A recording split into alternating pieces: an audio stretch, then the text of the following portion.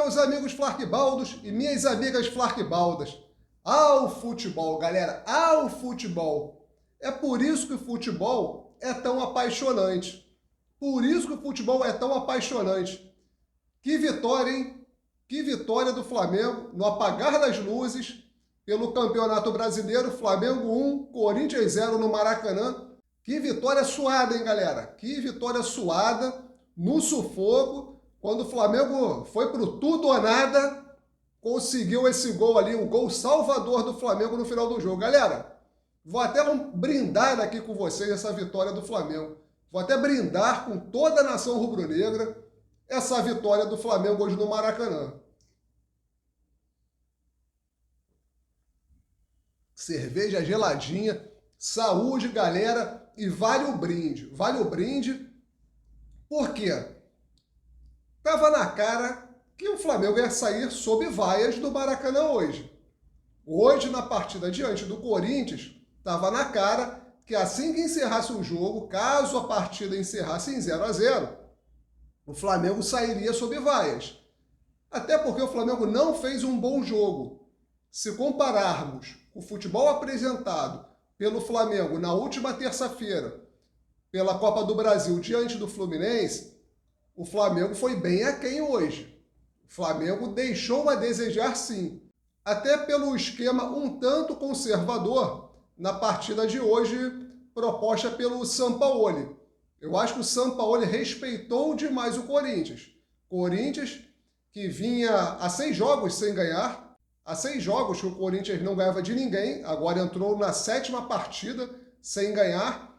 E o Sampaoli encheu um pouco ali o meio-campo do Flamengo e não colocou, talvez, o Matheus França, já que o Arrascaeta apresentou ali um desconforto muscular já no aquecimento para o jogo. O Arrascaeta seria titular no jogo de hoje.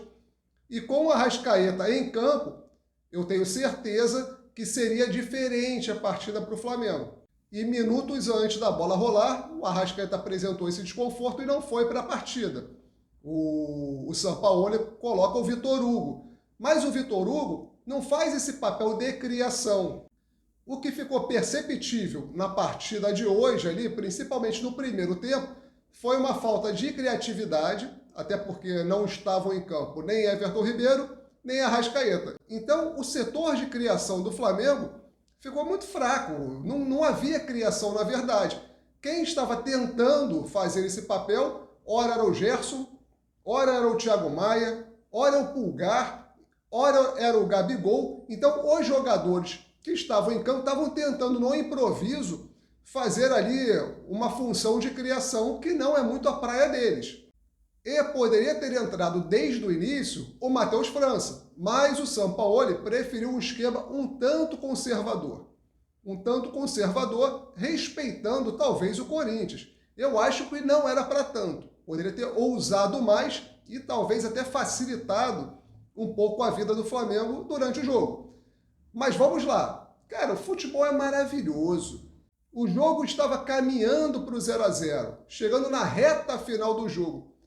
E num determinado momento ali da reta final do jogo, o Léo Pereira sentiu alguma lesão e ele seria substituído. Porém, o Flamengo já havia feito as 3 mudanças permitidas. O Flamengo já tinha parado a partida 3 vezes para fazer as substituições.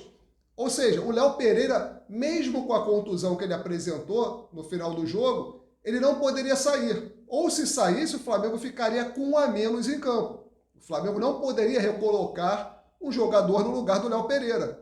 E uma luz que pairou sobre o Sampaoli, deu a ideia genial dele colocar o Léo Pereira lá na frente no ataque. Por quê? Porque o Léo Pereira correria menos. Se ele tivesse na defesa, houvesse algum contra-ataque, precisaria de uma mobilidade maior. Já no ataque ele ficaria paradão. Cara, aí foi sensacional o desfecho desse jogo. O Cebolinha lá no lado esquerdo do campo, sem ter muito o que fazer, ele cruza sob medida inclusive, para o centroavante, né, entre aspas, o centroavante Léo Pereira. E o Léo Pereira, como um bom cabeceador, como um bom centroavante, como um bom homem de área, cabeceou perfeito, bola para o chão, sem chances para o Cássio. Cara, e festa da nação rubro-negra, festa da galera toda no Maracanã. Na boa, mais um brinde aqui, esse gol do Léo Pereira e essa vitória do Flamengo. Merece sim ser comemorada essa vitória. Um jogo que caminhava para o 0-0. O Flamengo não fez uma boa partida. Eu acho que as trocas feitas pelo Sampaoli também foram um pouco conservadoras, principalmente a do Vidal. Quando o Vidal entra, ele só usou um pouquinho, faltando 10 minutos para o jogo acabar, quando ele botou o Matheus Gonçalves, um garoto bom de bola, um garoto promissor, que a torcida até questiona o porquê dele ser tão pouco usado. O Matheus Gonçalves tem bola para ser mais usado pelo Flamengo. É uma interrogação que poderia ser respondida aí pela diretoria do Flamengo, do porquê do Matheus Gonçalves ser tão pouco aproveitado. Então, tem essa interrogação aí do porquê dele quase não entrar em campo. Mas beleza, Sampaoli, faltando 10 minutos, colocou o Matheus Gonçalves em campo. Fez ali algumas boas jogadas, mas naquele momento ali do jogo não tinha muito o que fazer. Então, o gol do Flamengo foi um achado.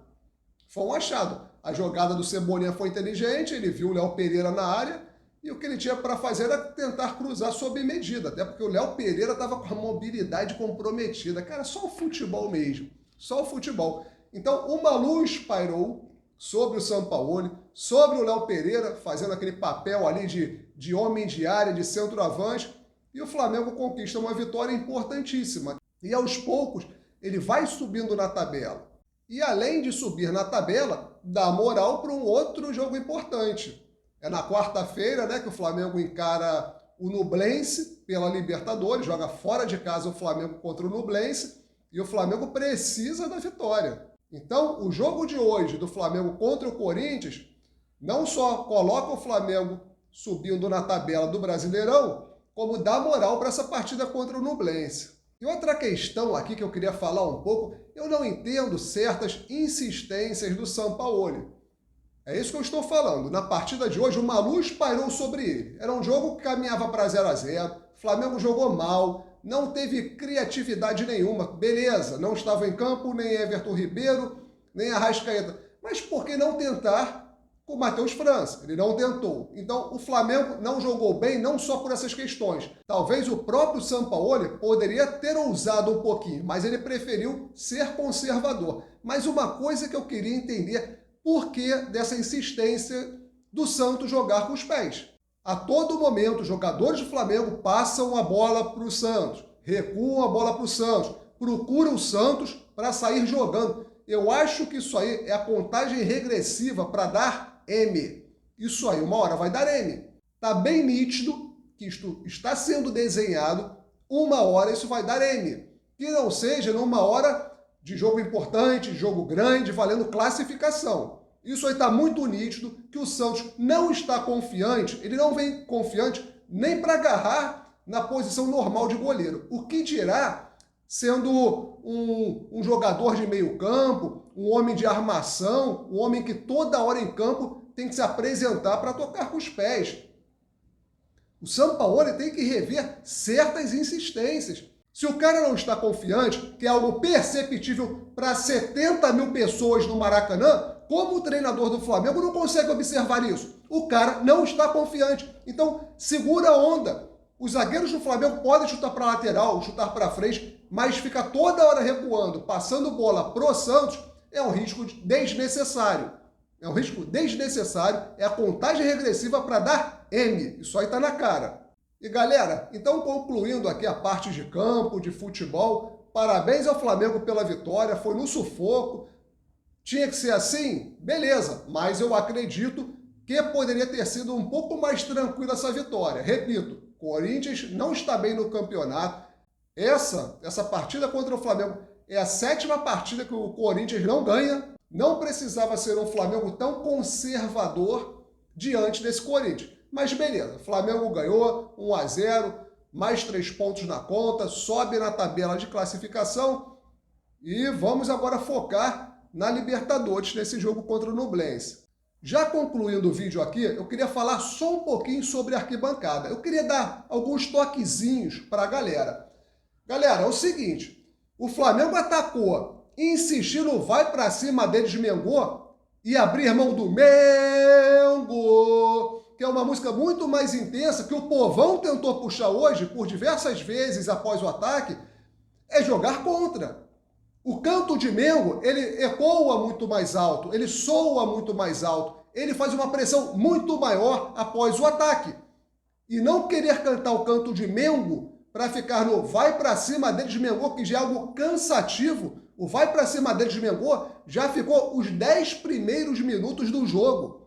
Algo ali que já estava se tornando sonolento, mas depois parou. Agora, vinha ataque do Flamengo, um chute do Gabigol ali que o Cássio faz a defesa. Pô, o povão todo subiu um Mengo e uma parte da torcida insistindo no vai para cima deles de Mengo. Pô, tem horas que também tem que pairar uma luz sobre a arquibancada do Flamengo, sobre alguns torcedores, que não é possível. Galera, outra coisa aqui, só para finalizar, quem quiser entender, entenda, quem não quiser entender, continua fazendo essa mesmice que não vai a lugar nenhum. O Flamengo fez o gol lá, o gol do Léo Pereira. Eu, se tivesse com o surdo ali na arquibancada, puxando as músicas, sabe qual música eu cantaria? Oh, meu Mengão, eu gosto de você. Sabe por quê? Porque era uma música de um momento de cantar seu amor pelo Flamengo. E sabe que a torcida canta? Acima de tudo rubro-negro, e o Mundial vocês nunca vão ter. O Corinthians tem Mundial. O Corinthians tem Mundial. Não faz sentido cantar uma música para um clube que tem o Mundial. Qual sentido faz? Por que não cantar? Ó, meu Mengão, eu gosto de você. Quero cantar ao mundo inteiro a alegria de ser rubro-negro. Até um brinde aqui a minha alegria de ser rubro-negro. Que é uma música muito mais maneira. Uma música que teria tudo a ver com aquele momento ali final do jogo, que caminhava agora para a vitória do Flamengo. Mas sabe por que a torcida do Flamengo não canta o Ó Meu Mengão num momento desse, num momento épico desse? Porque ela só pode ser cantada depois do hino. Essas bizarrices da torcida que não dá para entender. Por que ficar uma regra robótica na arquibancada? Só posso cantar o Ó Meu Mengão se eu cantar o hino antes.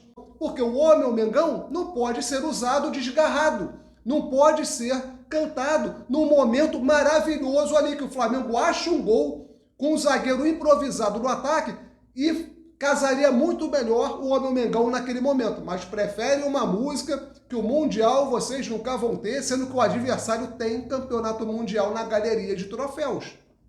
Então, esse aqui, galera, é meu toque para a arquibancada. Vamos comemorar a vitória do Flamengo. Mais um brinde ao gol do Léo Pereira. Beleza, galera? Então, meus amigos flarquibaldos, minhas amigas flarquibaldas, saudações rubro-negras.